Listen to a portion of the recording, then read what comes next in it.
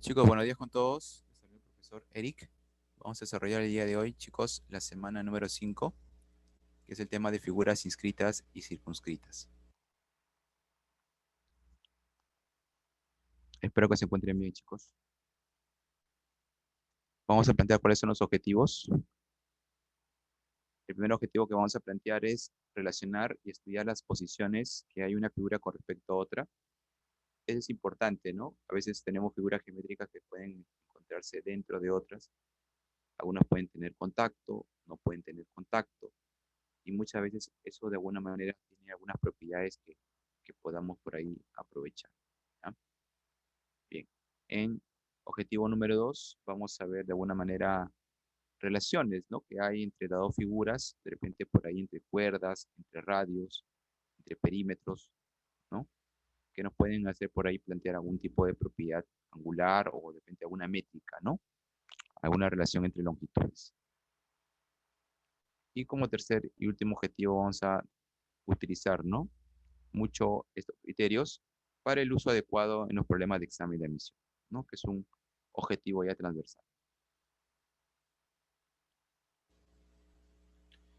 Cuando colocamos, escuchamos la palabra inscrita y circunscrita, como que de alguna manera tenemos que tener en cuenta que una palabra es muy parecida a la otra, dependiendo del nivel de referencia con el cual trabajemos, ¿no? Acá indica lo siguiente, ¿no? La posición relativa de un objeto respecto a otro, ¿no? Como te digo, siempre tiene que haber un nivel de referencia suele generalmente tener una importancia fundamental, quizá por la misma estructura del objeto como pieza dentro de alguna maquinaria, como por ejemplo se aprecia en los sistemas de los relojes, ¿no? Claro, los relojes, por ejemplo, es una situación clara de cómo podemos encontrar, ¿no? Engranajes dentro de otra figura, ¿no? O en todo caso, circunferencias dentro de otra circunferencia. Es importante porque todos están conectados, todos tienen una determinada función, ¿no? Que permite que el reloj pueda de alguna manera estar en una forma, se podría decir, un trabajo bastante adecuado, ¿no? En otras ocasiones se debe su importancia en la capacidad de sostener o sujetar un objeto a otro. Justamente esta parte de sujetar de un objeto a otro es la parte del roce, ¿no? De que una figura está dentro de otra, pero está de una forma, en una posición que no puede cambiar, que no hay posibilidad de poder moverlo, ¿no? Entonces está, como se dice, empotrada en otra figura, ¿no? Por ejemplo, este es un ejemplo claro de, del tratado de los vasos. Tú sabes que si esos cartoncitos no estuvieran, los vasos estarían en constante contacto y es posible que por ahí se puedan quebrar, se puedan por ahí quiñar. ¿Qué tal, Sebastián? Muy bien, ¿qué tal? ¿Cómo estás? ¿No? Entonces se colocan esos cartoncitos para que los vasos queden de tal manera empotrados, ¿no? No se puedan mover tampoco demasiado.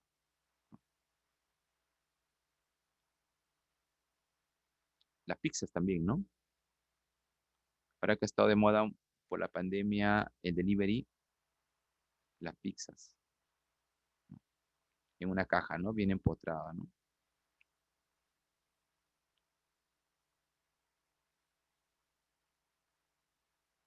Por ejemplo, ahí tenemos, mira, algo interesante, ¿no? Bien bacán. Tenemos una pizza, pero ya no está empotrada en una caja clásica, ¿no? La caja cuadrada, sino que está empotrada en una caja poligonal o se podría decir, un recipiente poligonal. Ese polígono tiene ¿cuántos lados? ¿No? Uno, dos, tres, cuatro, cinco, seis, siete, ¿no? Ocho, ¿no? Ocho lados, ¿no? Ajá. Octogonal, ¿no? Muy bien. Vamos a analizar tres casos puntuales, porque también, como ustedes saben, tenemos una parte también evaluativa, entonces tenemos que hacer la teoría lo más concisa posible, ¿ya? Bien, ¿qué significa cuando una circunferencia está inscrita? Significa que la circunferencia está dentro de algo. O sea, la circunferencia tienes que meterla en algo. Pero esa circunferencia debe tener contacto con la figura que lo contiene. Tiene que haber puntos de contacto. Puede ser punto de tangencia. Por ejemplo, acá tengo una circunferencia inscrita, o sea, dentro de un triángulo. Tiene que tener contacto con la total, con la cantidad total de lados que tiene la figura que lo contiene. Si el triángulo tiene 3 lados, entonces tiene que haber 3 puntos de contacto. Acá tengo una circunferencia inscrita en un cuadrilátero. Entonces, esa circunferencia debe tener contacto con todos los puntos o todos los lados de esa figura que lo contiene. Si esa figura que lo contiene tiene 4 lados, entonces tiene que haber 4 puntos de tangencia. ¿Ya? Acá tengo una circunferencia inscrita en un pentágono. Entonces, esa circunferencia debe tener 5 puntos de contacto con el pentágono. O sea, la cantidad de puntos de contacto tiene que ver de acuerdo a la cantidad de lados que tiene el polígono, ¿no? Ahora, también se puede llamar, también se puede utilizar acá también la palabra circunscrito. Pero, ¿qué diferencia? Me confundo, profe, cuando hablamos de inscrito o circunscrito. Es un juego de palabras en sí. ¿Cuándo utilizamos la palabra inscrito? Cuando tú trabajas o denotas a la figura interna hacia la figura externa. Me explico. Por ejemplo, en este primer caso que tú ves acá, este primer caso, tú tienes una circunferencia, o sea, comienzas eh, denotando a la figura interna, o sea, comienzas con la figura interna, entonces tú dices, la circunferencia está inscrita en el triángulo, ¿no? Cuando tú comienzas desde la figura interna hacia la figura externa, tendrías que utilizar la palabra inscrita. Pero si tú trabajas de la figura externa hacia la figura interna, tendrías que trabajar ahora con el término circunscrito. Por ejemplo, yo puedo decirte lo siguiente, ¿no? Por ejemplo, aquí, mira, voy a colocar acá una anotación. Por ejemplo, en este primer caso, yo puedo decirlo de esta manera, mira, ¿ya? Voy a escribir. Yo puedo indicar, voy a colocarlo de color negro. Yo puedo colocar, primer caso, ¿ah? La circunferencia está inscrita, ¿ya? Inscrita, acá hay un error. Está inscrita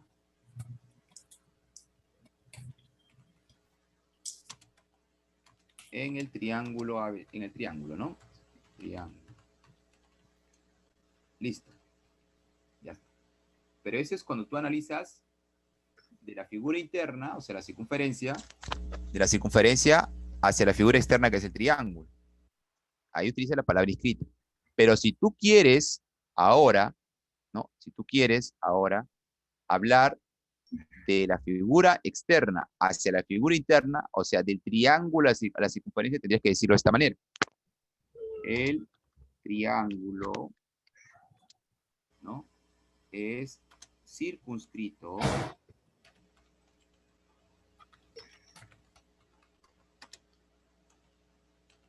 a la circunferencia. Es decir, cuando tú te quieres utilizar la palabra circunscrito, tendrías que trabajar de la figura externa hacia la figura interna.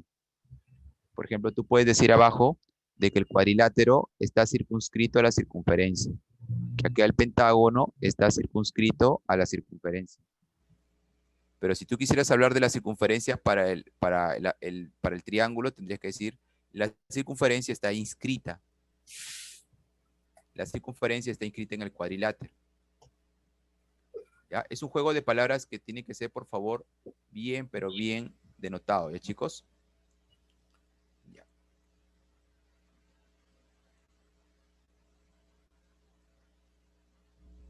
Vamos con circunferencia circunscrita. Como te decía, acá tengo una circunferencia circunscrita al triángulo, porque la circunferencia es la parte externa, ¿no? Circunferencia circunscrita al triángulo. El triángulo está en la parte interna. Acá tengo circunferencia circunscrita al cuadrilátero. Estoy comenzando denotando la figura externa, ¿no? Mira, circunferencia circunscrita al triángulo. O sea, estoy yendo de la figura externa hacia la figura interna. Cuando tú vas de la figura externa a la figura interna en la denotación, tienes que utilizar este término circunscrito. Circunferencia circunscrita al cuadrilátero. Circunferencia circunscrita al pentágono.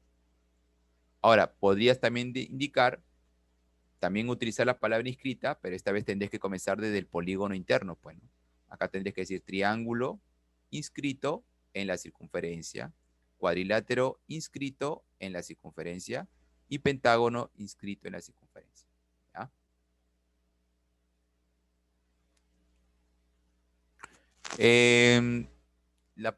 Por ahí me pregunta tu compañero, me dice, profe, ¿la palabra circunscrito se puede utilizar siempre con circunferencia?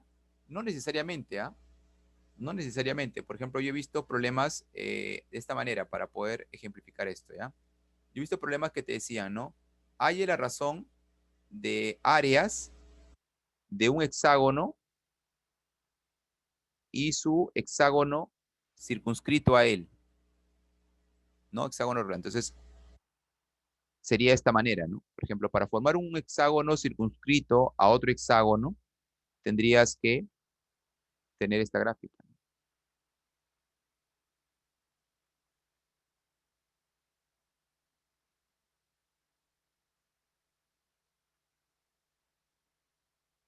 Ahí, por ejemplo, yo tengo un hexágono que está circunscrito a otro hexágono.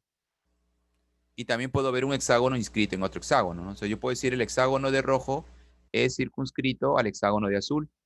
O puedo decir también que el hexágono de azul está inscrito en el hexágono de rojo. O sea, el utilizar la palabra inscrito y circunscrito no necesariamente tiene que ser o tiene que ser necesariamente asociado a una circunferencia. Puede ser de polígono a polígono. ¿Ya? No sé si eso quedó un poco claro, chicos. Por ahí uno de tus compañeros me preguntó si esta parte, esos términos inscrito y circunscrito, tiene que ver necesariamente con circunferencias. No necesariamente. No necesariamente. Claro, lo usual es que siempre se trabaja con la circunferencia, pero no es algo que se pueda dar siempre, ¿no? Esta es la parte un poquito más fea, la parte de lo que es ex inscrita. Ex significa en la parte externa, fuera. Inscrita significa que tiene que haber contacto. O sea, una figura que esté afuera, pero que tenga que ver contacto con la figura principal. Por ejemplo, acá tenemos la circunferencia ex inscrita al triángulo. Acá tengo una circunferencia ex inscrita al cuadrilátero. Profe, una consulta, cuando es ex inscrita, ¿tiene que haber contacto? Sí, tiene que haber contacto con todos los lados del polígono. Pero si no tiene contacto con todos los lados del polígono, por lo menos debe tener contacto con las prolongaciones de los lados del polígono. Por ejemplo, hagamos un análisis interesante de esta parte. Chicos, ¿están viendo la pantalla? ¿Está muy grande o está bien el tamaño?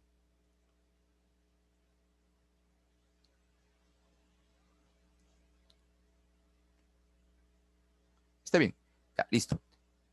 Por ejemplo, en este primer caso, la circunferencia ex inscrita al triángulo, esta es una circunferencia ex inscrita al triángulo. Esta circunferencia tiene contacto con un lado, acá, y tiene contacto con las prolongaciones de los otros dos. Abajo, acá la circunferencia ex inscrita tiene contacto, ¿no? Con las prolongaciones de los lados, ¿no? Prolongación aquí, contacto, prolongación aquí, contacto, prolongación de este lado, contacto, y prolongación de este lado, contacto. Y mira, este es interesante. Esta figura que está por acá, es un polígono no convexo, ¿no? Es un, a ver, 1, 2, 3, 4. Este es un pentágono no convexo. ¿Y este pentágono no convexo se le puede dibujar una circunferencia ex inscrita? Sí. Tendrías que hacer las prolongaciones de los lados, mira. Prolongación aquí, prolongación aquí, prolongación aquí. Bueno, en este caso es tangente este lado, esto no es el problema, acá es tangente. Y la prolongación aquí. Acá habría ¿cuántos puntos de tangencia? 1, 2, 3, 4, 5. Justo coincide con la cantidad de lados que tiene este polígono. Entonces, esta es una circunferencia ex inscrita al polígono que tenemos acá, ¿no? Este pentágono no convexo. Entonces, también podemos decir, si la circunferencia es ex inscrita, podemos decir también que el polígono es ex inscrito. En este caso, la palabra ex inscrita no hay problema, va en cualquiera de los dos sentidos. Tú puedes decir circunferencia ex inscrita al triángulo o el triángulo es ex inscrito a la circunferencia, ¿no? O está ex inscrito a la circunferencia. Acá no hay ningún problema, puede ir de ida y vuelta, ¿ya? En el término ex inscrito.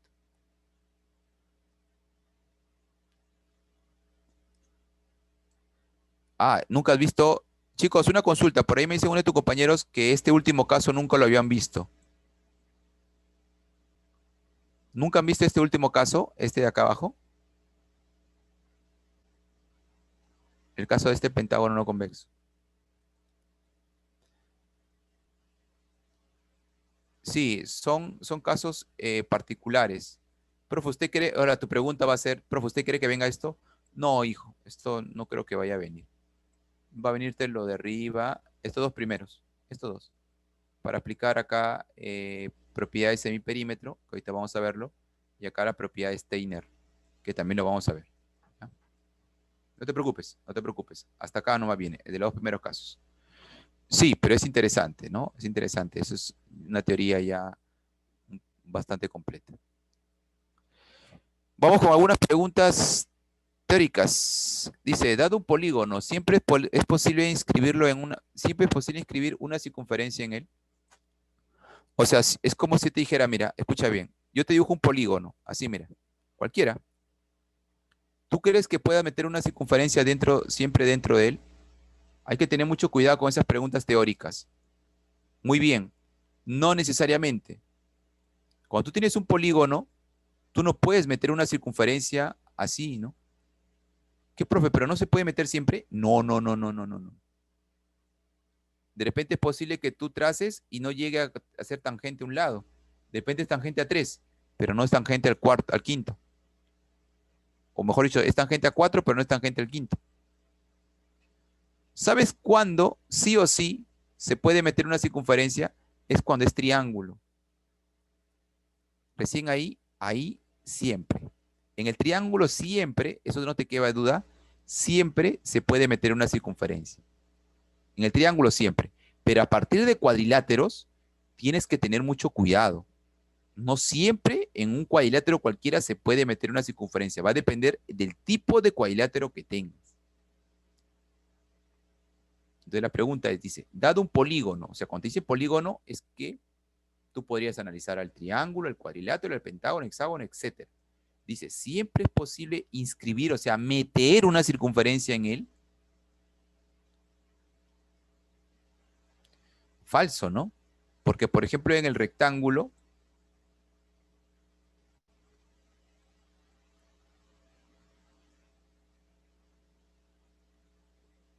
aquí, a ver, ratito.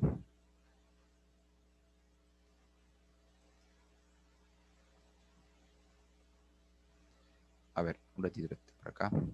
Vamos a analizar esta parte de aquí. Ya, acá tendría que aparecer un desencadenador, ¿no?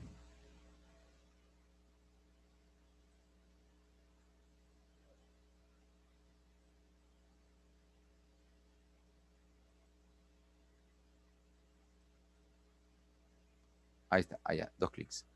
Muy bien. Por ejemplo, aquí tenemos un rectángulo y tenemos una circunferencia, ¿no? Pues yo puedo decir que esa circunferencia está inscrita, no, pero yo lo veo dentro. El hecho de que esté dentro no significa que sea inscrita. La palabra inscrita es un término muy exquisito. Tiene que ser tangente a todos los lados, a todos. Y por ejemplo, en el rectángulo, no es posible que si tú dibujas una circunferencia, sea tangente a los 4 lados. De repente puede ser tangente a 2 de ellos, pero no a los otros 2.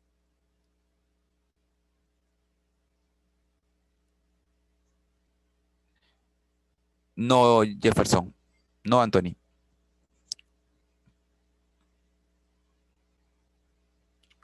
Muy bien.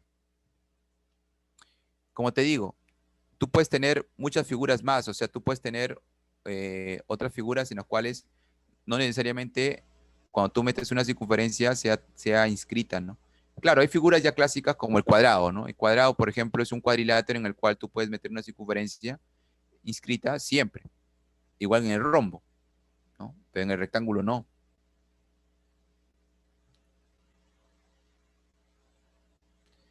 Si un cuadrilátero tiene una circunferencia inscrita y circunscrita, ¿tendrá que ser necesariamente un cuadrado?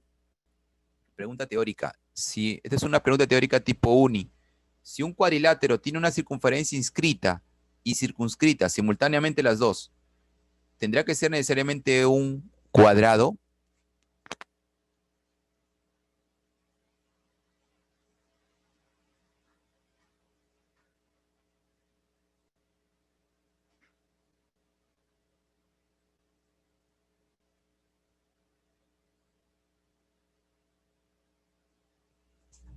¿Qué dicen ustedes? ¿Tendrá que ser necesariamente un cuadrado? Muy bien. Excelente. Jean Paul me dice, puede ser un trapecio isósceles. Excelente. Muy bien. Ah, pero tienes que tener cuidado, Jean Paul. Un trapecio isósceles siempre puede ser inscrito en una circunferencia. O sea, tú puedes meter un trapecio isósceles en una circunferencia, pero no necesariamente puedas meter dentro de él una circunferencia. No necesariamente. O sea, me explico. O sea, si tú me dibujas un trapecio isósceles, Jean Paul,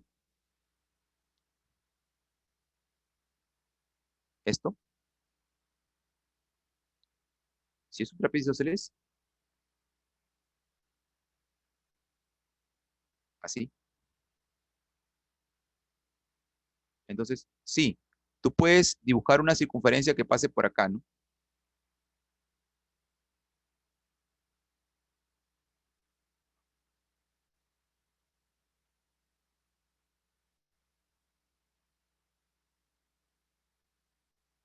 Aproximadamente por ahí.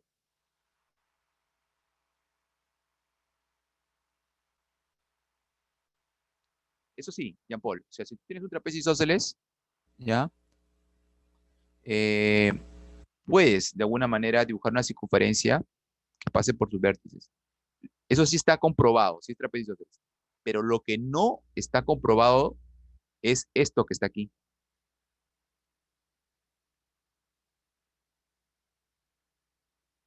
Esto no, Jean Paul. Esto sí no lo puedes comprobar. Eso no cumple en todos los trapecios isósceles. Esto no, Jean Paul. Esto sí no. O sea, la circunferencia que lo contiene al trapecio isósceles, sí, porque el trapecio isósceles es un cuadrilátero inscriptible, o sea, lo puedes meter en una circunferencia, ¿ya? O sea, el trapecio lo puedes meter en una circunferencia, pero al trapecio meterle una circunferencia a él, no necesariamente. No necesariamente todo trapecio isósceles tiene una circunferencia inscrita y circunscrita. La circunscrita sí está bien, pero la inscrita no necesariamente, ¿ya? En el trapecio isósceles. Profe, ¿y cómo me daría cuenta que puede inscribirse una circunferencia? Bueno, que cumpla el teorema de Pitot en el cuadrilátero. Que cumpla Pitot. Si cumple Pitot, esa circunferencia se puede meter, ¿no? La pequeña, es tangente a los lados. Si no cumple Pitot, no. De manera práctica, ¿no?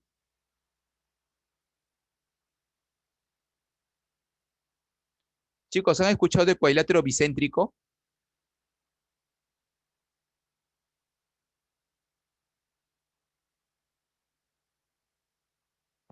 Ya.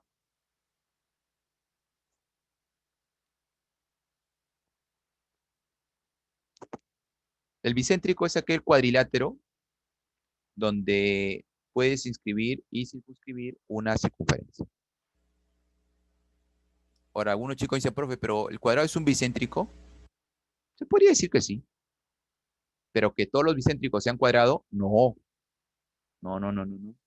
El cuadrado sí es un cuadrilátero bicéntrico, pero que todo cuadrilátero bicéntrico sea cuadrado, no necesariamente. Puede haber trapezoidales que sean bicéntricos. Algunos trapezoidales, no todos, no todos, algunos. ¿Ya? Tienen que tener cuidado, pues, chicos, en esta parte, porque esto es un juego de palabras. Al inicio también me confundía, pero después ya practicando y leyendo un poquito, como que más o menos ya tuve. las cosas un poquito más claras. ¿Ya? Bien, pasamos entonces aquí. Este es un bicéntrico.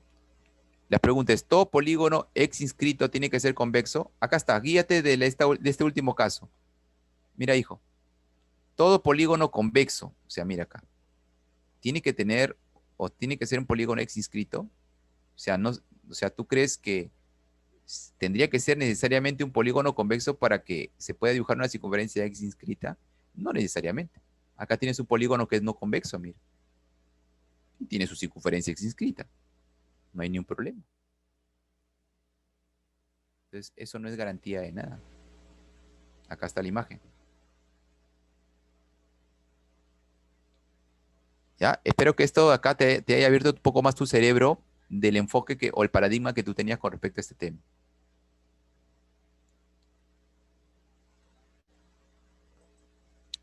Vamos con los teoremas más clásicos. De las figuras que vamos a analizar el tema el día de hoy, el tema es principalmente analizar el cuadrilátero inscrito y inscriptible.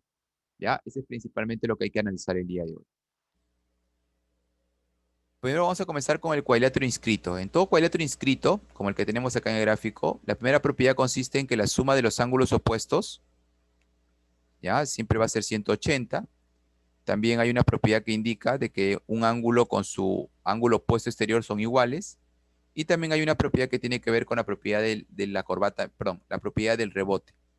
Pero para aplicar la propiedad del rebote a este cuadrilátero inscrito, hay que trazar necesariamente las diagonales. Te trazo una diagonal aquí, trazo otra diagonal, y acá hay una propiedad conocida como la propiedad del rebote, ¿no? Estos ángulos siempre son iguales. En un cuadrilátero inscrito se puede aplicar 4 rebotes diferentes, ¿ya? Acá hay uno nada más, pero se pueden aplicar 4 rebotes. Ya depende qué rebote quieras utilizar. No todos los problemas hay que aplicar los 4. ¿Eh? Yo he visto que a lo máximo se puede aplicar 1 o 2, no los 4. ¿Ya? O 1 o máximo 2. Otra propiedad tiene que ver con la suma de los opuestos. En todo cuadrilátero inscrito la suma de opuestos es igual a 180. Y la última propiedad es que en todo cuadrilátero inscrito el ángulo interior es igual al ángulo opuesto pero exterior, o sea, opuesto pero afuera. Entonces, este ángulo de aquí vale lo mismo que el ángulo que está opuesto pero en la parte externa. Tiene que hacer una prolongación. Vamos a practicar, ¿ya? Esto no es un ejemplo, esto es un problema, que de repente lo puede ver hasta en un problema domiciliario nivel uni. Mira, hijo mío, te dice el problema. El arco PQ vale 50. PQ es 50 y te piden hallar cuánto es AB.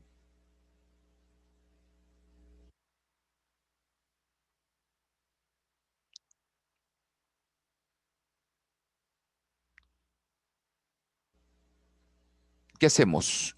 Mira, acá tenemos 3 circunferencias. ¿Qué podríamos hacer? Bueno, la idea es formar cuadriláteros. Siempre cuando tú veas este tipo de figuras, trata de ver si se puede formar cuadriláteros.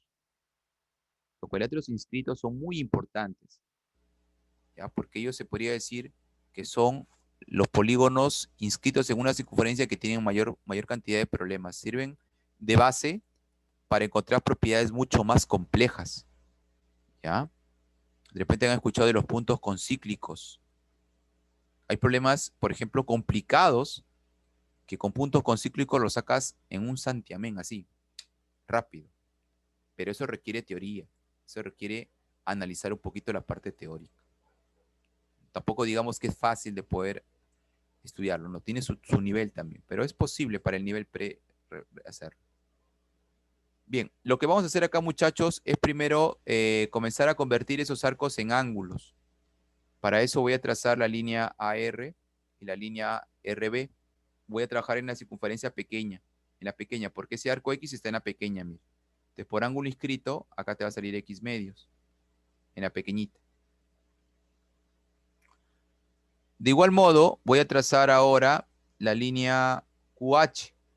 Ahora voy a centrarme en la circunferencia grande, en la grande. En la grande, al trazar QH, acá voy a formar un ángulo inscrito. Y este ángulo, su medida es la mitad de este arco. 25. Profe, ¿qué va a hacer para relacionar estos ángulos? Bueno, ahora lo que voy a hacer es trazar la línea RH, porque la idea es que cuando yo tenga una figura que tiene 3 segmentos consecutivos en una circunferencia, la idea es cerrar para formar un cuadrilátero inscrito. Entonces voy a trazar RH y me voy a concentrar en este cuadrilátero inscrito que está en la circunferencia mediana, ¿no? La de abajo.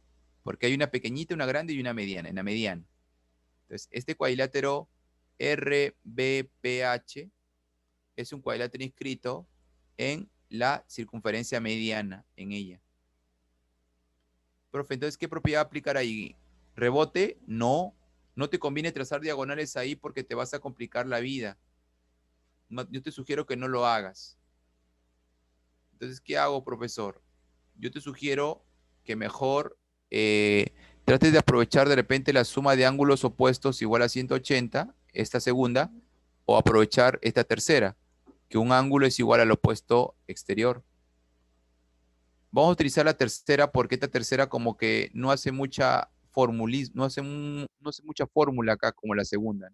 De repente la tercera es más práctica, mira, solamente trasladas el ángulo de una posición a otra.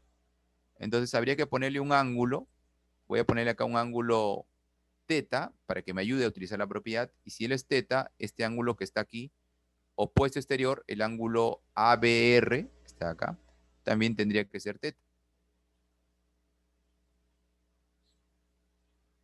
Pero también hay que tener en cuenta de que al momento de hacer esos trazos que están de manera discontinua, indirectamente se ha creado en la circunferencia mayor un cuadrilátero inscrito, el cuadrilátero AQHR. Y en este cuadrilátero inscrito vemos que este ángulo que está por aquí, que sería teta más 25, es un ángulo interno. Y este ángulo interno, que sería teta más 25, sería igual al ángulo opuesto exterior, ¿no? Así que de repente por acá, para utilizar esa propiedad, tendría que prolongar un poquito aquí e indicar que todo este ángulo que está en esta parte sería igual al ángulo que está también en esta parte. Entonces, si él vale teta más 25, él también sería teta más 25. Pero este ángulo que está aquí también se podría hallar en el triángulo que está por acá, el triángulo ARB, y lo podríamos hallar como ángulo exterior del triángulo, y cuya suma sería teta más x medios. Entonces ahí podríamos encontrar una relación. Entonces, este ángulo que está aquí sería teta más 25. ¿Por qué vale teta más 25? Por el cuadrilátero inscrito AQHR, que está inscrito en la circunferencia grandota, ¿no? Mira sus 4 vértices, están en la circunferencia grandota. Entonces, todo este ángulo teta más 25 sería igual a él. Pero este ángulo también le pertenece al triángulo que está aquí, al triángulo ARB, y sería su ángulo exterior. Así que teta más 25 sería igual a la suma de teta más x medios. Y bueno, si tú tienes que teta más 25 es igual a teta más x medios, se va a ir el ángulo teta, igualas x medios, lo igualas a 25, pasas a multiplicar y x te sale 50.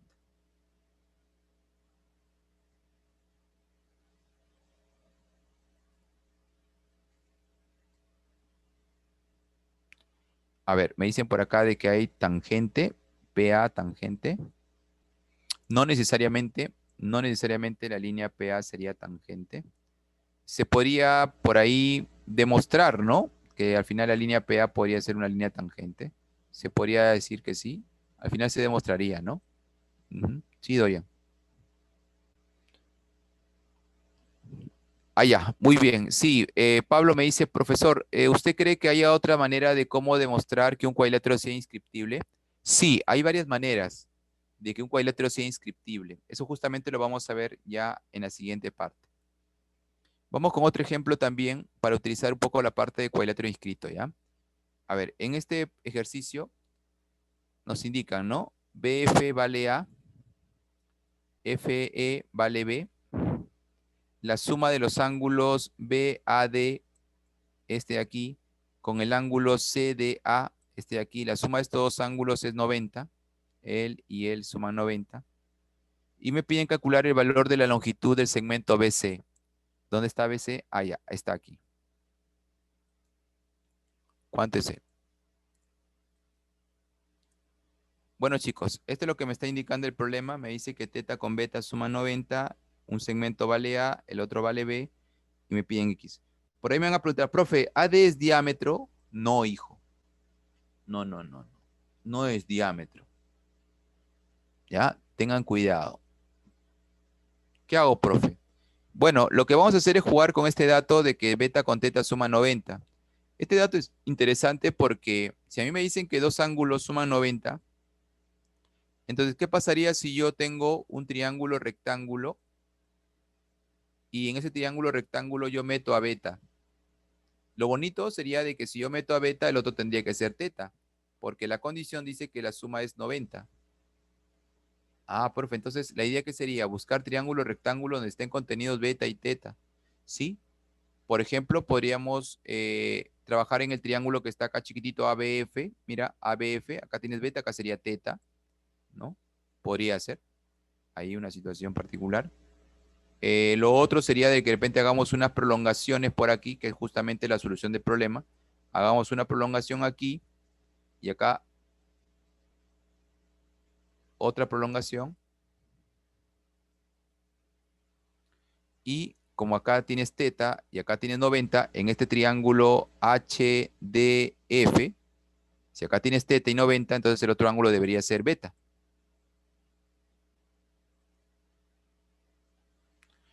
¿Está bien? Porque teta más beta suma 90.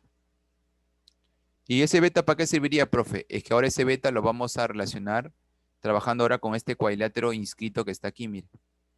En este cuadrilátero inscrito ABCD, como este ángulo vale beta, voy a utilizar la propiedad, la tercera propiedad del cuadrilátero inscrito.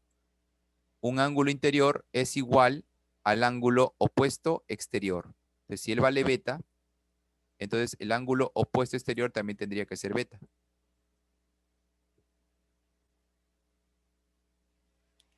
Eso significa que el triángulo que está por aquí sería un triángulo isósceles. Y si él es X, acá también tendría que ser X.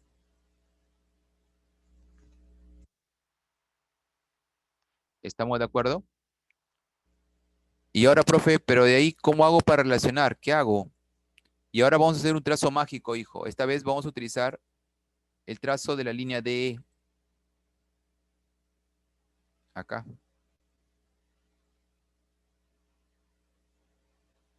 Este trazo mágico de DE hace que acá se forme un cuadrilátero inscrito. Y en este cuadrilátero inscrito vamos a aprovechar la propiedad en el cual este ángulo interior, este, es igual al ángulo opuesto exterior. Pero en este caso el opuesto exterior ya se conoce, mira, vale beta. Entonces este ángulo interior tendría que ser también beta.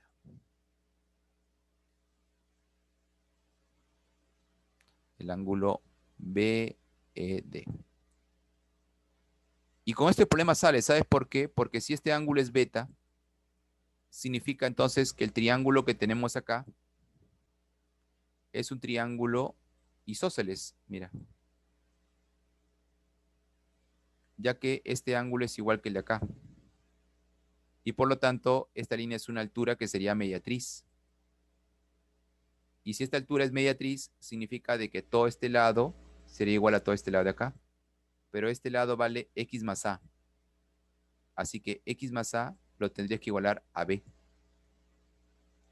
Esto igual a esto.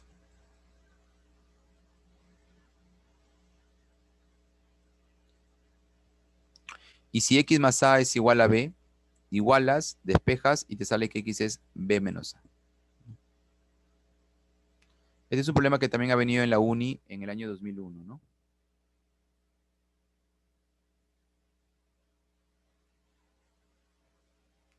Muy bien, chicos. Vamos a continuar con esta parte. Acá la clave sería la C. ¿Ya? B menos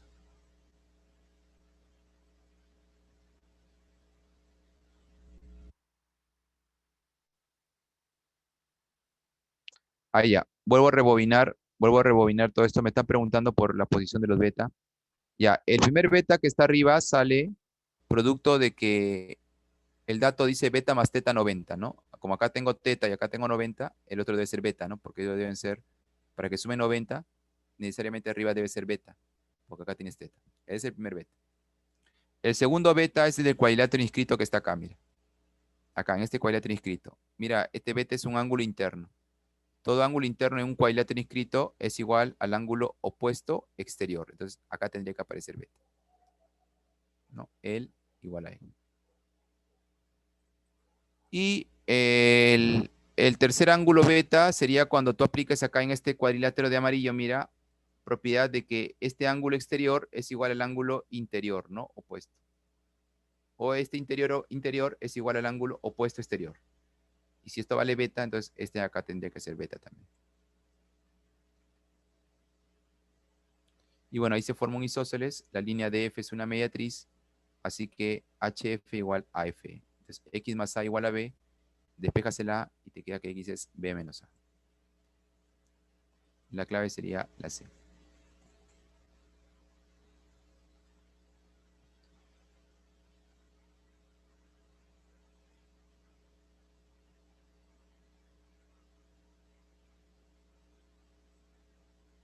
Bien, vamos a pasar entonces ahora a algunos detalles también importantes.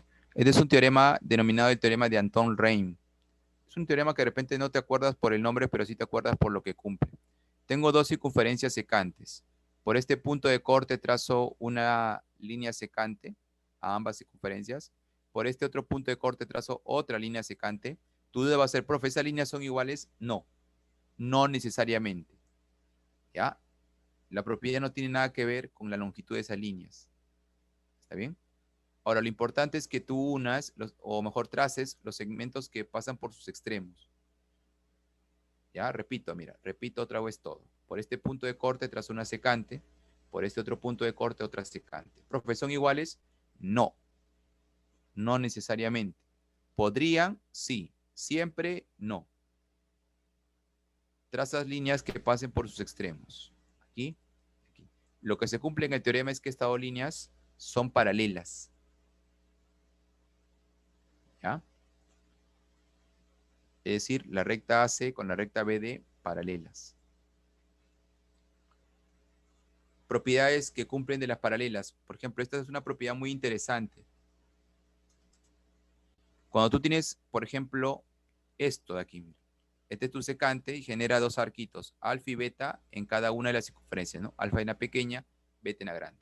Y la otra secante genera teta y omega, teta en la pequeña y omega en la grande. Alguno va a decir, profe, alfa es igual a teta y beta es igual a omega. No, no, no, no. No puedes asumir eso. ¿Ya? Ahora, ¿qué es lo que cumple acá? Lo que cumple es una suma de arcos.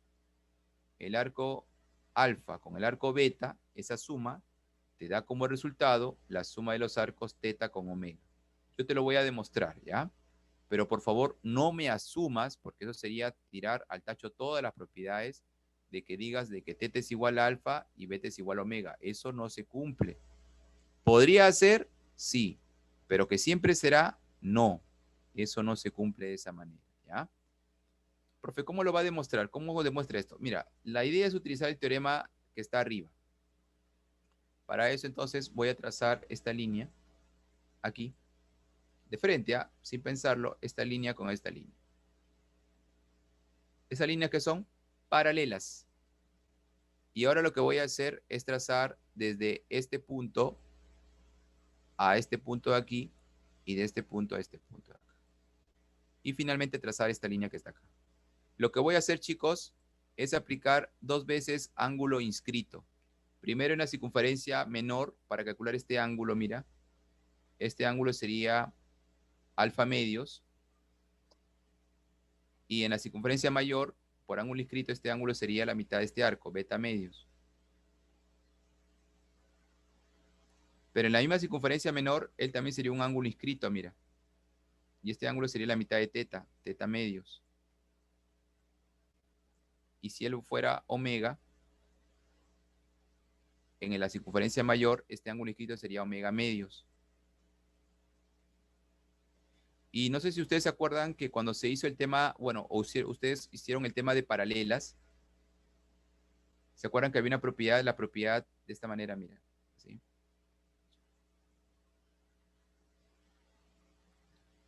En el cual todo este ángulo era la suma de él con él, ¿no?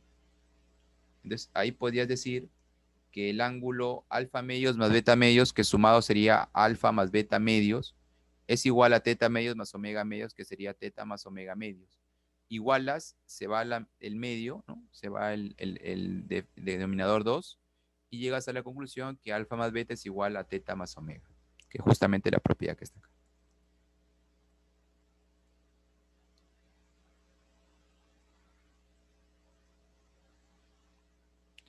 Ahora, tú dirás, profesor, ay, entonces, ¿es posible que me venga esto? Sí. Esta es la posición más clásica, pero tiene variaciones. ¿Qué pasaría si la circunferencia más pequeña se quiere meter mucho más, se podría decir, se quiere mover mucho más hacia la circunferencia grande? ¿Qué pasaría cuando la pequeña se quiere meter más en la grande? Vamos a obtener gráficos de esta manera, mira. Mira el GIF, por favor.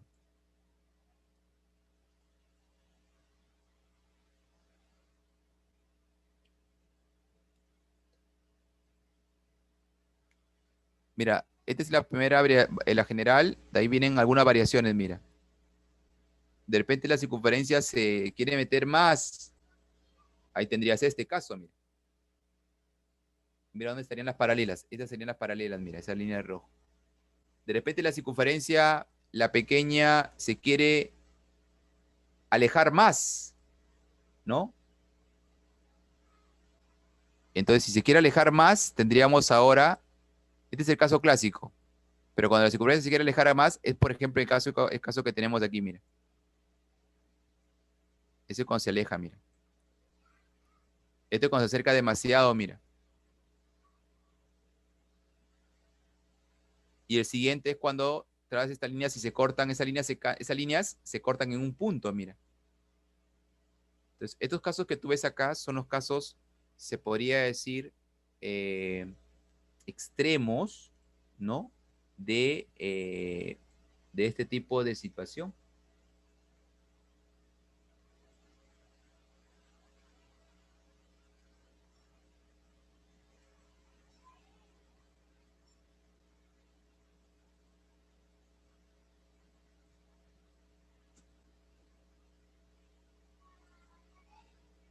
¿Ya? Bien, vamos a pasar entonces, chicos, a este problema que venía en la uni, año 95. Dice, la línea PT es una tangente y te piden calcular el ángulo MQN. MQN. ¿Ya? Ahora te dicen que el ángulo ABC vale 38.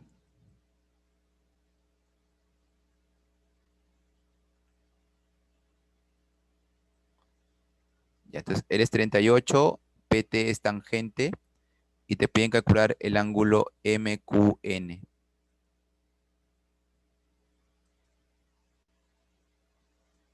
Ya,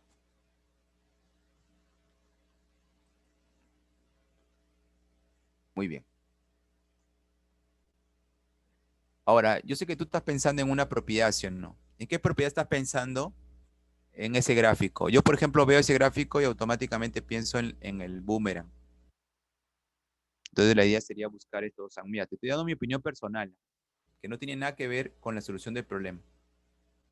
Yo estoy pensando en el boomerang y de repente estoy pensando en ponerle un alfa y un beta. Pero la cuestión sería, ya, entonces X sería 38 más alfa más beta, ya, pero ¿y luego qué? Y luego, ¿cómo hago, cómo busco el alfa y beta? De repente quisiera pasarlo por opuesto por el vértice aquí. Y el beta también acá, por opuesto por el vértice acá.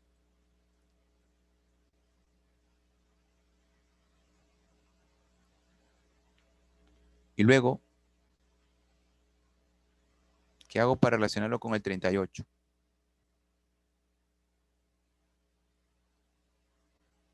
Ya fui,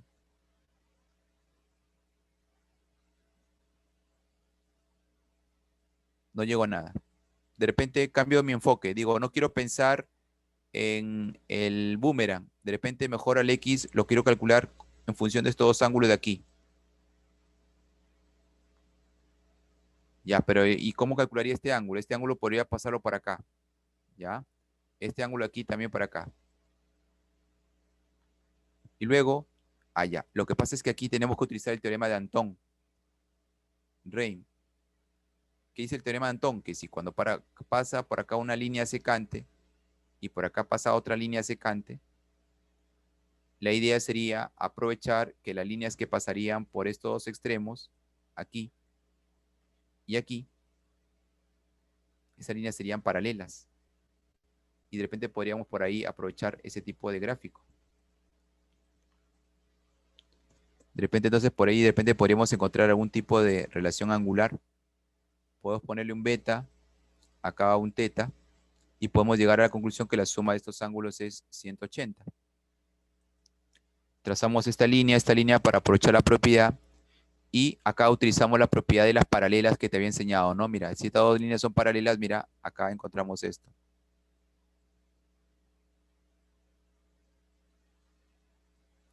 Ah, profe, 38 sería igual a la suma de este ángulo con este ángulo, ¿no? Claro. Pero esos ángulos se podrán hallar. Vamos a ver.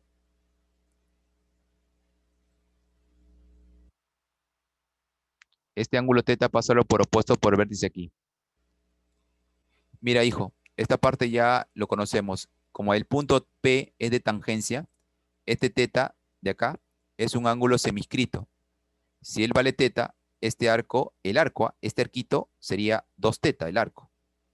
Y si ese arco vale 2 teta, el ángulo que está aquí sería teta, por inscrito. De forma similar, acá está un poco más angosto. Si él es beta, por opuesto por vértice, acá también pasa beta. El arco que está aquí por semiscrito sería 2 beta. Y el ángulo que se formaría acá sería por inscrito beta nada más. Por inscrito. Y ahí podemos ya encontrar una relación entre ellos. Ahí está. Ahí está, opuesto por el vértice. Este arco sería 2 beta. Y por inscrito sería beta. Es lo mismo que hemos hecho a la izquierda, es lo mismo que lo hacemos a la derecha. Por las paralelas, teta más beta, por la propiedad de paralelas, es igual a 38. Y ahora sí, esa suma lo podemos utilizar acá en el triángulo de la parte central. ¿Por qué? Porque tú ya sabes que teta más beta más x es 180. Pero si beta más teta es 38, x sería lo que le falta a 38 para 180, que sería 142. La clave sería la B.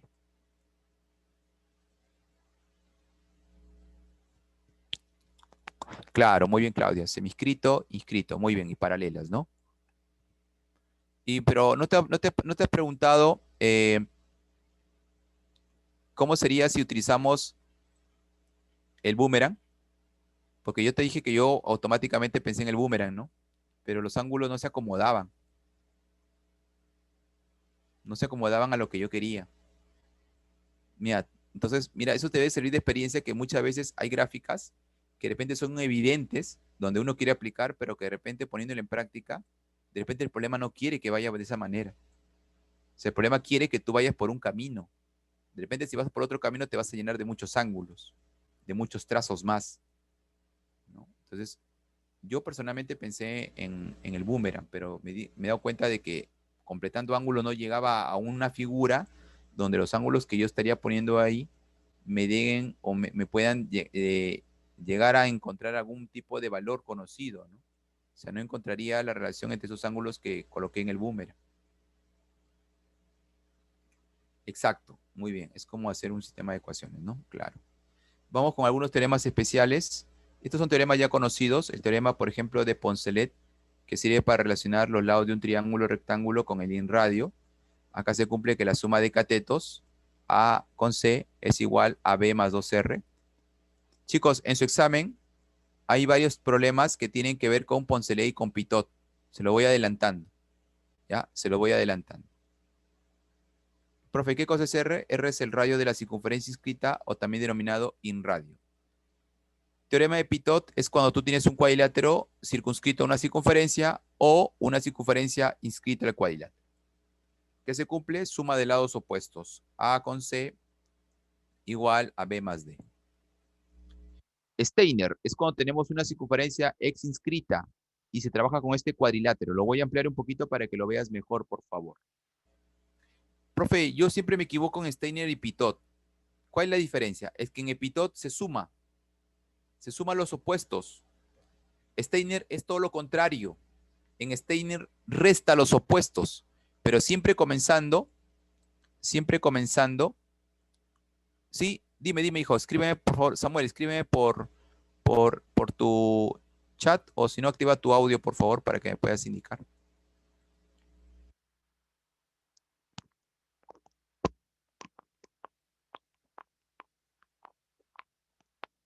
Sí, tienes que tener cuidado, Sebastián. Sí, dime, hijo, el que me levantó la mano, por favor, puedes habilitar tu audio, no te preocupes.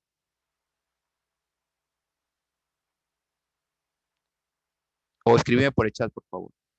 La diferencia entre Pitot y Steiner es totalmente visual, ¿no?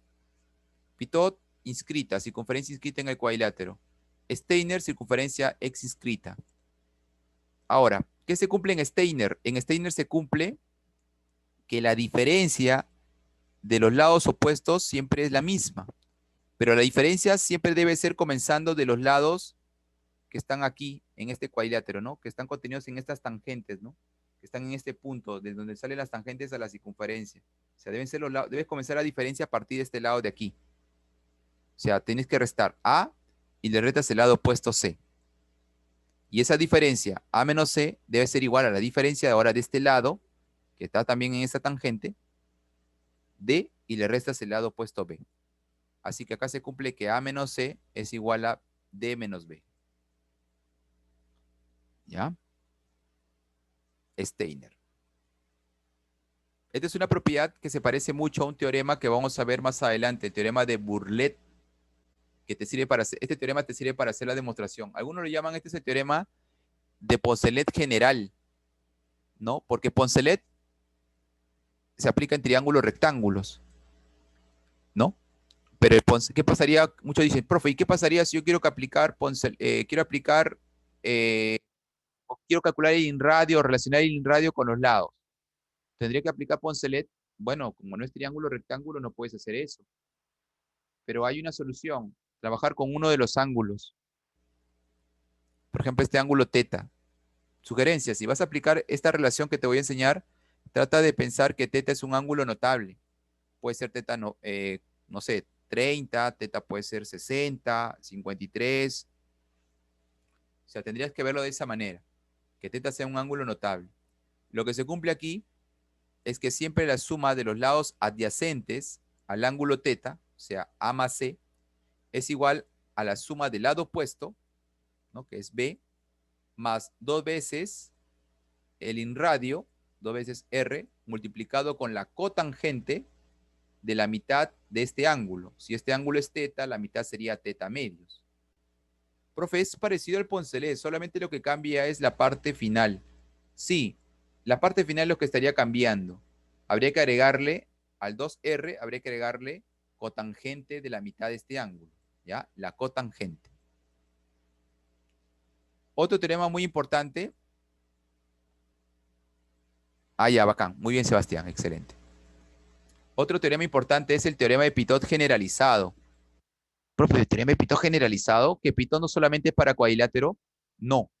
Hay un Pitot generalizado que plantea de que puedes aplicar también la suma. De acá ya no, en el Pitot generalizado ya no hablaríamos de lados opuestos. Tendríamos que cambiar un poco el enfoque. Tendríamos que indicar la suma de los lados que tienen posición par, ¿no? Y esa suma de los lados que tienen posición par es igual a la suma de los lados que tienen posición impar. Claro, pero lógicamente que habría que tener la condición de que esa circunferencia sea tangente a todos los lados de ese polígono. Acá tenemos la posición 1, A1, A2, A3, A4, A5, hasta A sub n. Tendríamos lado 1, A1, lado 2, A2, lado 3, A3, lado 4, A4, lados hasta el lado A sub n. Si yo tengo 20 vértices, voy a tener 20 lados.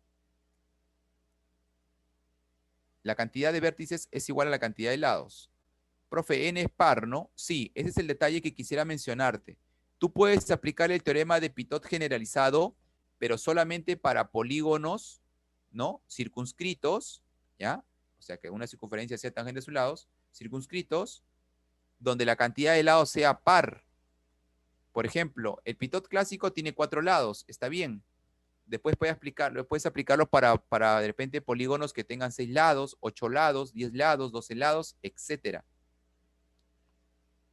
Y lo que tienes que hacer es sumar los lados que están en la posición par con los lados que tienen posición impar. Claro, van a ser no consecutivos, pues, ¿no? Alternados.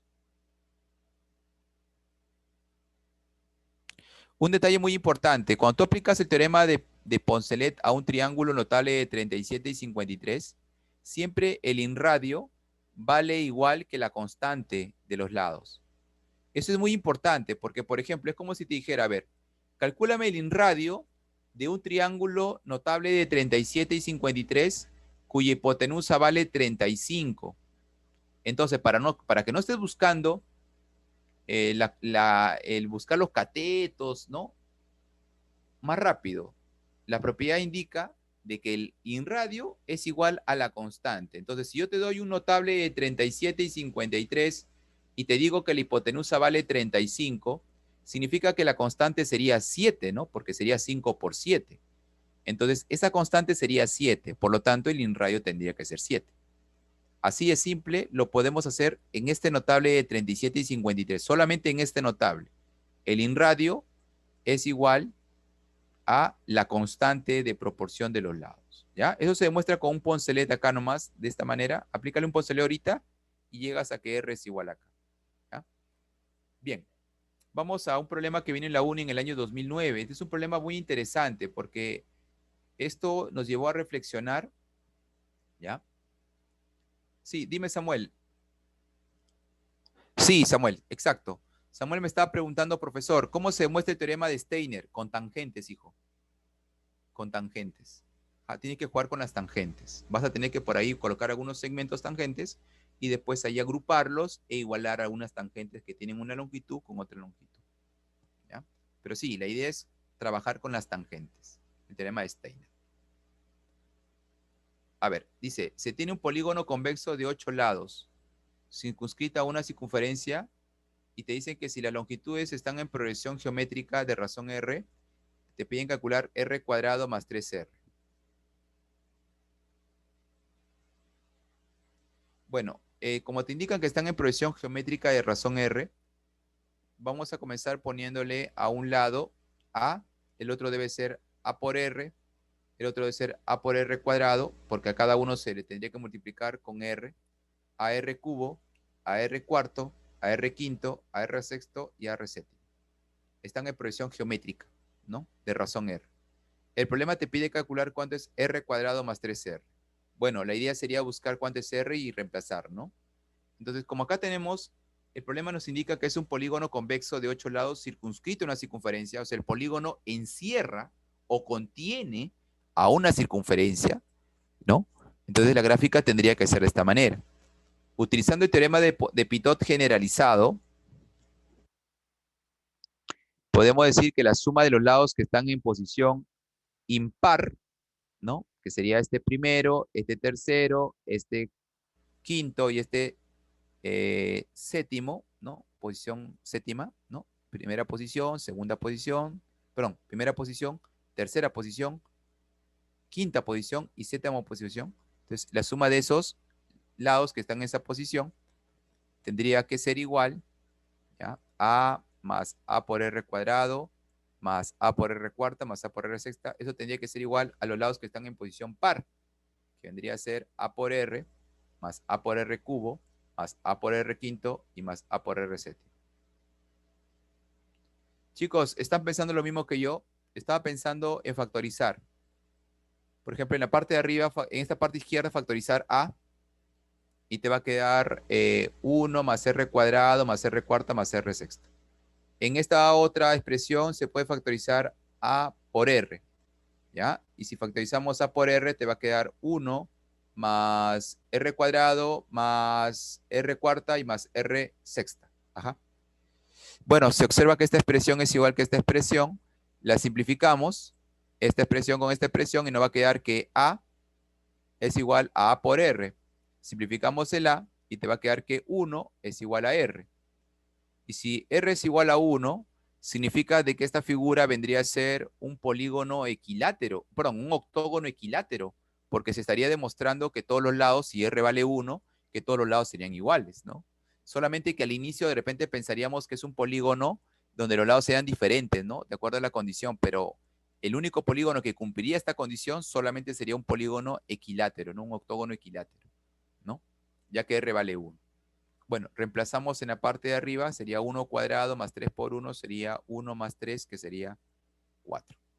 Esa sería la respuesta. Esto venía en la uni hace 12 años, ¿no? Profe, ¿usted cree que pueda venir?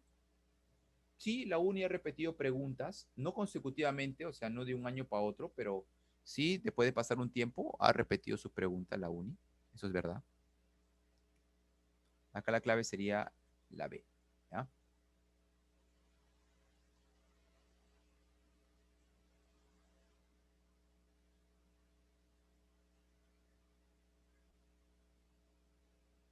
Muy bien. Vamos con otros resultados puntuales. Por ejemplo, esta es una propiedad que vino también en la uni. Tienes un triángulo rectángulo y te decían que trazamos una altura, te daban el inradio de este triángulo rectángulo, el otro inradio y el inradio del triángulo inicial. Hay una propiedad que indica que si tú sumas este inradio, este otro inradio y el inradio que tienes del triángulo inicial, este triángulo radio, esa suma de inradios te da como resultado el valor de toda la altura del triángulo rectángulo, la altura BH. ¿Cómo se demuestra eso? Eso se muestra utilizando tres poncelets. Primer poncelet en el triángulo ABH sería que AH más BH, suma de catetos, AH más BH es igual a AB más 2R1. Otro poncelet al costado sería de que la suma de BH con HC es igual a la hipotenusa BC más dos veces el inradio R sub 2.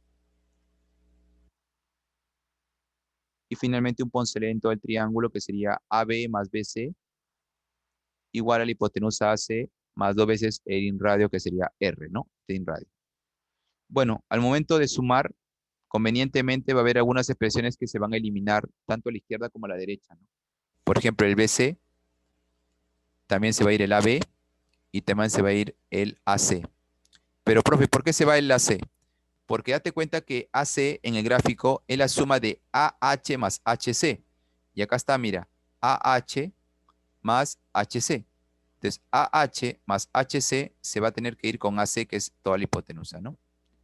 Me va a quedar 2BH igual a 2R1 más 2R2 más 2R. Sacando mitad, llegamos a esta relación. Mira lo interesante de esta propiedad. Tenemos un triángulo, rectángulo, dibujamos la circunferencia inscrita y trazamos de este punto la bisectriz del ángulo ABH y la bisectriz del ángulo HBC, teta, teta, alfa, alfa. Déjame decirte que cuando tú tengas un problema de esta manera, ¿no? Este segmento que une los pies de las bisectrices, el segmento PQ, este segmento vale igual que el diámetro de la circunferencia inscrita. O sea, si la circunferencia inscrita tiene radio R, su diámetro sería 2R. Entonces PQ tiene que ser igual a 2R. Ya, ahí hay un detalle, chicos. Disculpen, por favor. Acá hay que corregir, por favor. Debería ser 2R mayúscula, ¿ya?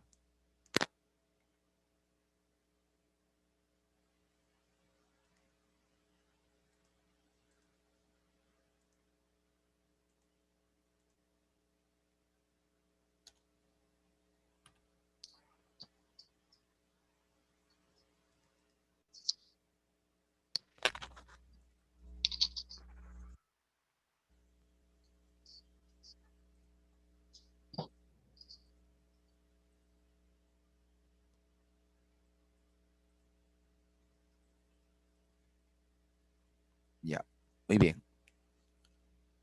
Vamos con algunas situaciones puntuales. Cuando tengas un cuadrilátero bicéntrico, si une los puntos de tangencia con cuerdas, ¿no? Acá, punto de tangencia con cuerdas.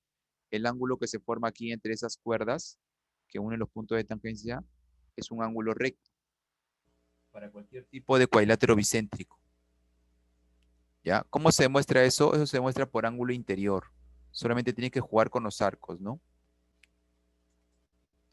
Algo rápido nada más, ¿no? Para que tengas más o menos en cuenta cómo lo vamos a demostrar. Mira, si este ángulo le ponemos alfa y este ángulo, otro color, a ver, el morado no se nos está notando muy bien, es muy opaco. Ya, acá está. Si tú le pones a él alfa, tú sabes que este arco que está aquí va a ser un arco beta. Y tú sabes que alfa más beta suman 90, perdón, suman 180, ¿no? Propiedad. Ya, este ángulo que está aquí, tú lo puedes calcular. ¿Por qué? Porque como el cuadrilátero de color azul es un cuadrilátero inscrito, tú sabes que este alfa más ese ángulo opuesto suman 180, ¿no? Por cuadrilátero inscrito. Pero tú sabes por tangentes que alfa más beta suman 180 también. Entonces, ¿qué significa? Que este ángulo, ¿cuánto tendría que ser? Tendría que ser beta. ¿Por qué beta, profe? Porque en el cuadrilátero de azul, alfa y beta suman 180. Y por la propiedad de tangentes, esta tangente y tangente genera acá un arco que tendría que sumarse con alfa y que también la suma sea 180. Entonces, necesariamente este ángulo con el arco tendrían que ser iguales. Y luego, si este ángulo vale beta, este arco que está aquí tendría que ser un arco que sumado con beta te dé 180. Pero tú sabes que alfa y beta suman 180, entonces ese arco tendría que ser alfa. Y ahora, teta es un ángulo interior. Teta sería la semisuma de alfa, que es el arco de arriba, con beta. Teta vendría a ser alfa más beta sobre 2. Pero tú sabes que alfa más beta ya es 180. 180 sobre 2 te daría que teta sería igual a 90. Es un juego de propiedades. Tienes que utilizar la propiedad del inscrito y la propiedad de que cuando es tangente, tangente, el ángulo con el arco más cercano suma 180.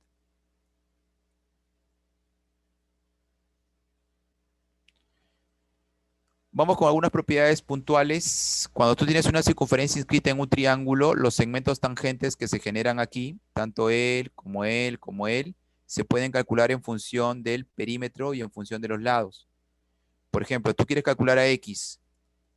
Ya, este segmento tangente se va a calcular como el valor del semiperímetro, que vendría a ser P, y le restas el lado opuesto al vértice en común de este segmento tangente.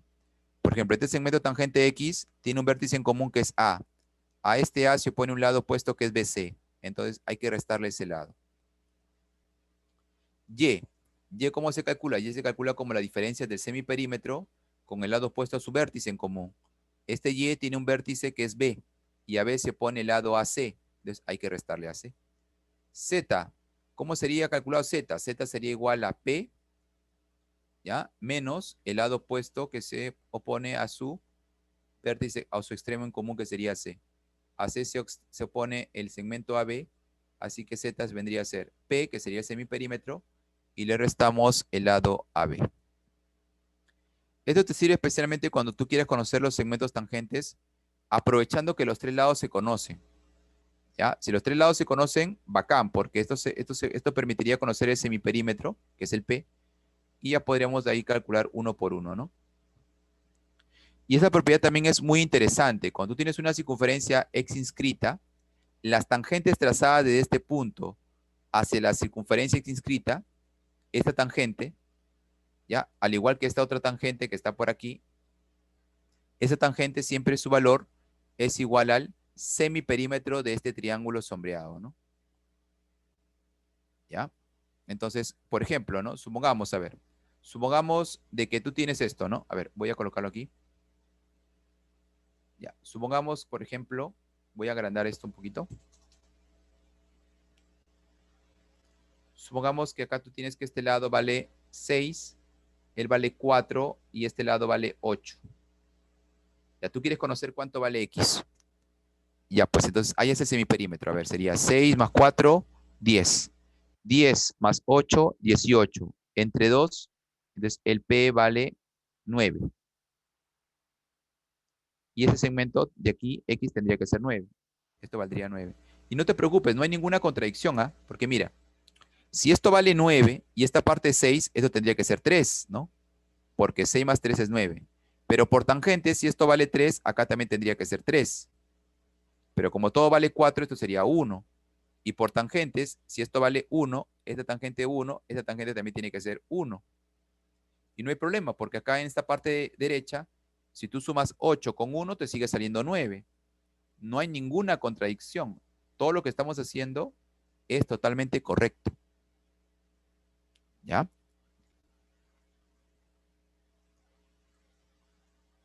Muy bien. A ver, vamos con este problema. Dice, el segmento EF es tangente a la circunferencia inscrita en el triángulo ABC. Te piden hallar el perímetro del triángulo EBF, ¿no? Este de aquí. Considerando de que AB vale 10, BC vale 12 y AC vale 11. Lo que te piden es hallar el perímetro de este triangulito, ¿no? El perímetro. Yo sé que tú estás pensando de repente en que si quieres calcular el perímetro, tendrías que buscar los tres lados, ¿no? Pero no vamos a ir con ese enfoque. Ese enfoque va a demorar demasiado. El enfoque sería de que tú calcules el semiperímetro. Esto, ¿ya?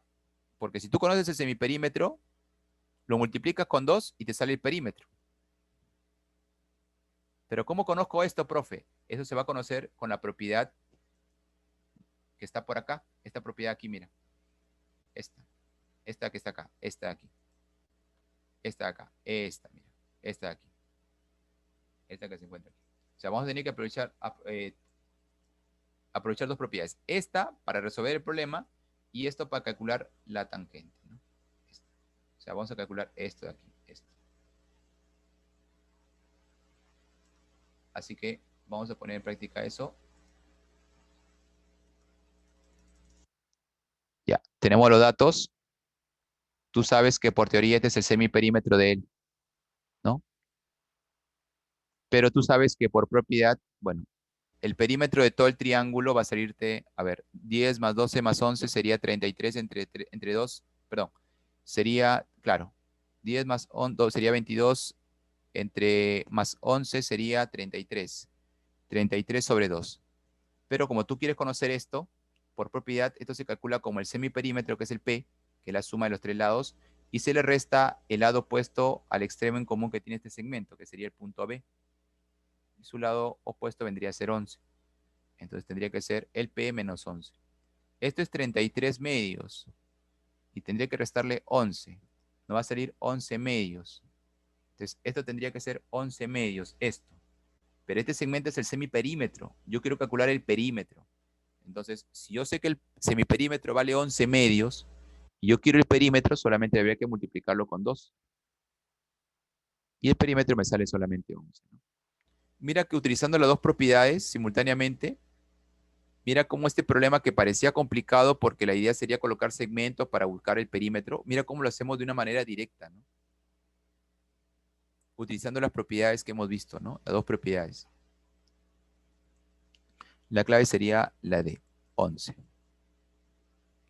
Bien, chicos, pasamos a esta última parte.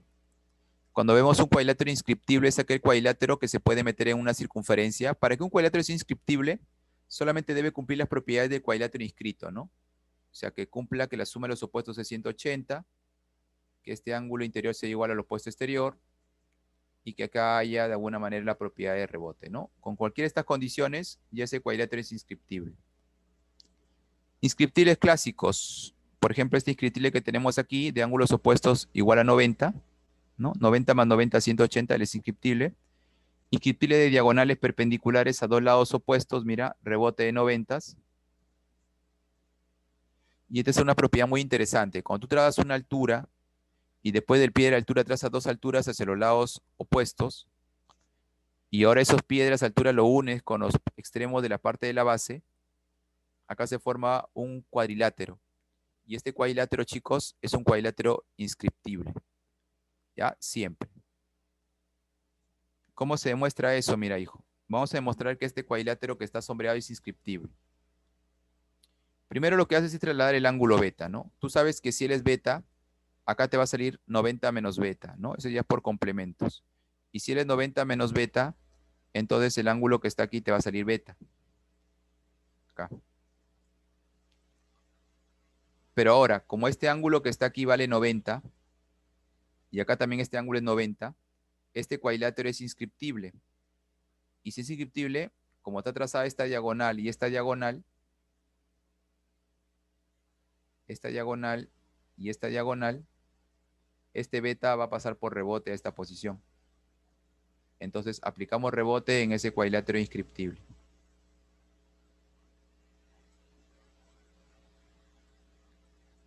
Por rebote pasa para acá.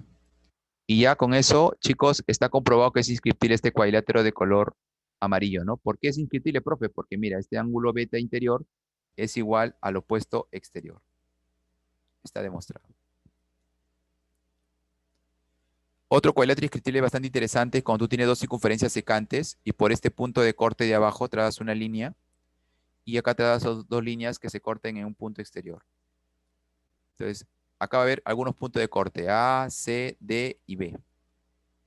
Ese cuadrilátero que se forma ahí es un famoso cuadrilátero también denominado inscriptible. ¿Cómo se muestra esto? ¿Cómo se muestra que es inscriptible? Trazas aquí la cuerda común. Pones un ángulo acá, mira. Le pones teta. Y en este cuadrilátero pequeñito que es inscrito, porque ya está la circunferencia, él es inscrito. Si él es teta, él va a ser también teta. En la otra circunferencia también hay otro cuadrilátero inscrito, mira. Y si él es teta, él también sería teta. Listo. Ahora sí ya podemos de alguna manera darnos cuenta que en este cuadrilátero sombreadito, mira, este ángulo teta en C es igual al ángulo opuesto exterior en A, mira. Teta y teta. Profe, ¿él es inscriptible entonces? Es inscriptible. Ya está demostrado. Ya. Bien, este es un problema que venía en la uni en el año 2004. Interesante el problema. Tenías un triángulo, se traza a la altura BH, se trazan las alturas o perpendiculares HP y HQ hacia los lados AB y BC. Te dicen que si la medida del ángulo BAQ es 51, BAQ 51, te piden calcular el ángulo PCQ. PCQ. Bueno, acá es evidente, solamente tendríamos que unir P con Q y este cuadrilátero que está por acá es inscriptible porque ya sabemos la propiedad, ¿no? Este cuadrilátero siempre es inscriptible. Por lo tanto, si es inscriptible, acá se puede aprovechar el rebote. Y por rebote, X con 51, ¿no? Tendrían que ser igualitos, propiedad del rebote, ¿no? Son diagonales, mira, AQ con PC son diagonales. X igual a 51. Listo. O sea, profe, directa el teorema, sí. Lógicamente que si este teorema no lo hubiéramos sabido, como que hubiéramos dudado un poquito, ¿no? En tener la certeza de que es igual, ¿no? La clave sería la D. Bien, chicos, pasamos a la siguiente parte. Algunos teoremas anexos. Este es el teorema bueno, es parecido a un teorema, el teorema de la recta de Simpson. Por ejemplo, tú quieres demostrar de que de este punto trazamos, bueno, de este punto trazamos perpendiculares hacia los lados, aquí, aquí y hacia la prolongación. Lo que se cumple en la recta de Simpson es que estos tres puntos que tú ves acá donde están las perpendiculares son puntos colineales y la recta que los contiene se llama la famosa recta de Simpson. Muchas veces para demostrar que un grupo de puntos son colineales, habría que demostrar que la suma de ángulos que cubren esas dos líneas, o mejor dicho, el ángulo que forma la unión de esa línea sea 180, ¿no? O sea, me explico. Si tú quieres demostrar que este segmento con este segmento son colineales, o sea, son así, entonces habría que demostrar que este ángulo sea 180. O de repente, por ejemplo, tú quieres demostrar que esta línea, con esta línea y esta línea, así, esta línea sea recta, o sea, toda esta línea de acá, que toda esta línea que está acá sea una línea recta, que no sea una línea así quebrada, entonces solamente tendrías que demostrar que este ángulo es igual a este ángulo de acá, o sea, la propiedad del opuesto por el vértice. Son algunas ideas.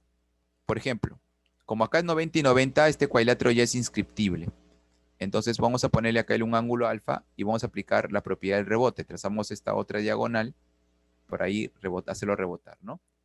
Ahora, acá trazamos también esta línea y la idea sería demostrar de que si le ponemos beta a esta línea acá, hasta acá, todavía no sabemos si son puntos colineales, ¿ah? No lo sabemos todavía, solamente estoy trazando. La figura es esta, mira. Esta es la figura. Lo que quiero demostrar es que estos puntos son colineales. Estoy trazando aquí. Estoy trazando aquí. Y acá todavía no sé si son colineales, estoy colocando otro ángulo. Mi idea sería demostrar que alfa y beta suman 90 grados, ¿no? Para que con el 90 sumen 180. Voy a trabajar con el inscriptible que está arriba. Profe, ¿por qué es inscriptible? Porque acá es 90 y acá también es 90, ¿no? Y por rebote voy a tener que trazar la diagonal BP para aprovechar este rebote y pasarlo para acá. Bien. Luego, ahora voy a tener que trabajar en el cuadrilátero por acá, trazando la línea PC. Y acá se forma un inscriptible, mira. Y también se forma un cuadrilátero inscrito en la circunferencia grandota. Pero en este inscriptible, profe, ¿por qué es inscriptible este cuadrilátero? Por el rebote de los 90, mira. Entonces tú puedes hacer rebotar el beta a esta posición.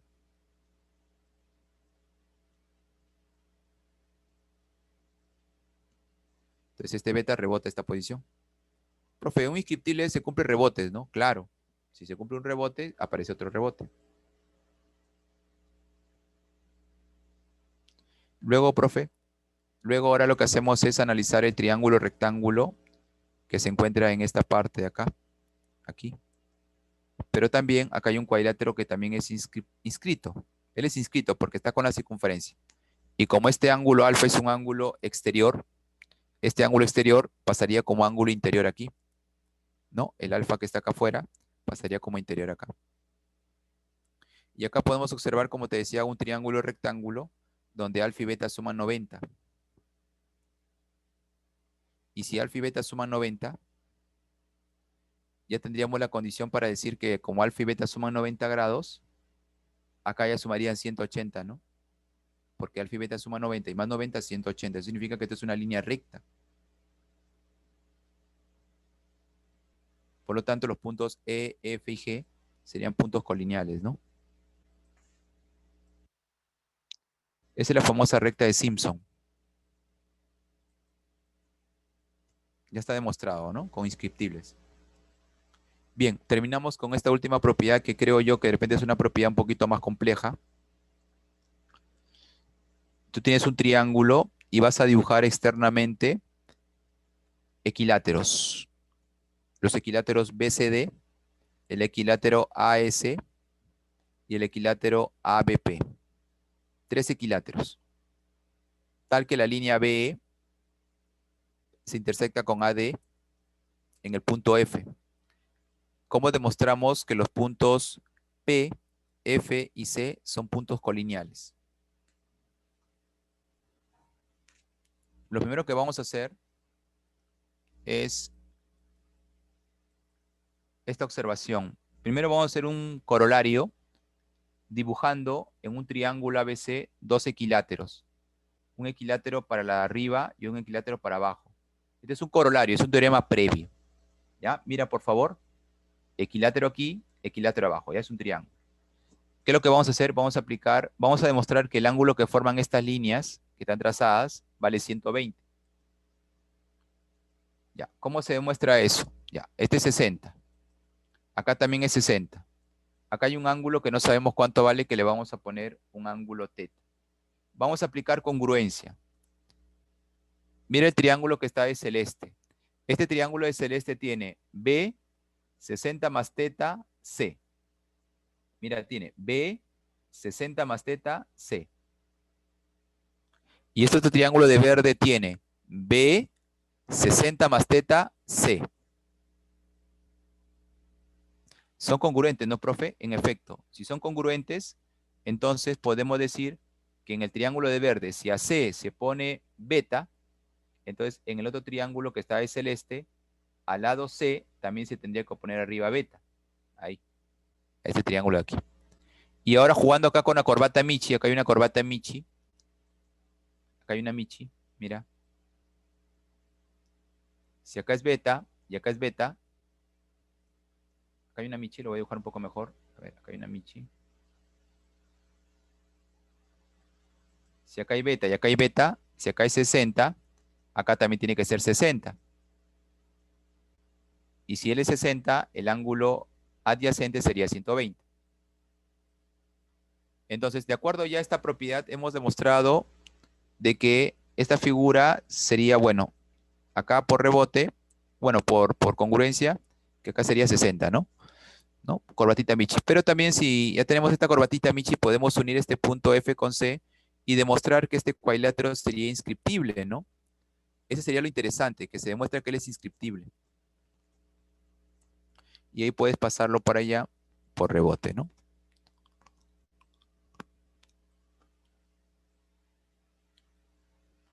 Pero también el cuadrilátero que está por acá también sería inscriptible. Este cuadrilátero AFCE. Y, profe, ¿por qué sería inscriptible? Porque este 60 que tú ves acá, si tú lo mandas por opuesto por el vértice acá, acá habría un rebote también.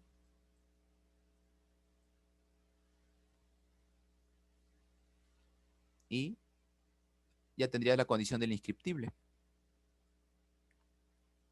O sea, ahí podemos encontrar dos inscriptibles simultáneos.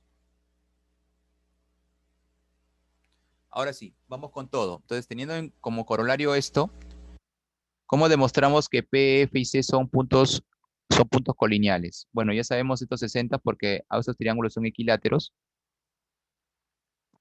Este cuadrilátero sería inscriptible, este de aquí, ¿por qué? Porque ya está demostrado que este es 120 por el corolario anterior, 60. Entonces, lo que vamos a hacer es trazar esta diagonal y aprovechar acá un rebote.